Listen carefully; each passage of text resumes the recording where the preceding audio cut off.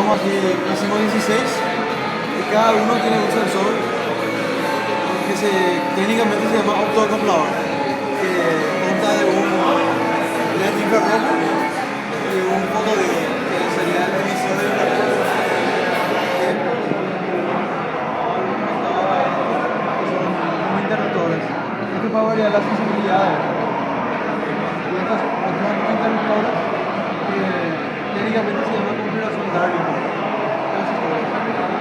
Que activan estos que sirven de switch, que son conmutadores, y activan el paso de la corriente para que se polarice, o sea que se prendan todos los LEDs.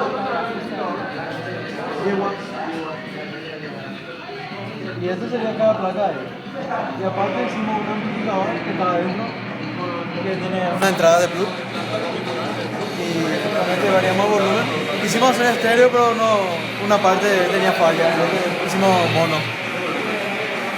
Y el amplificador es de 10 watts, sería más simple de todo. Eso es de todo. Usamos una fuente de computadora. Que cortamos los cablecitos que no nos servían y dejamos la placa, los cables útiles.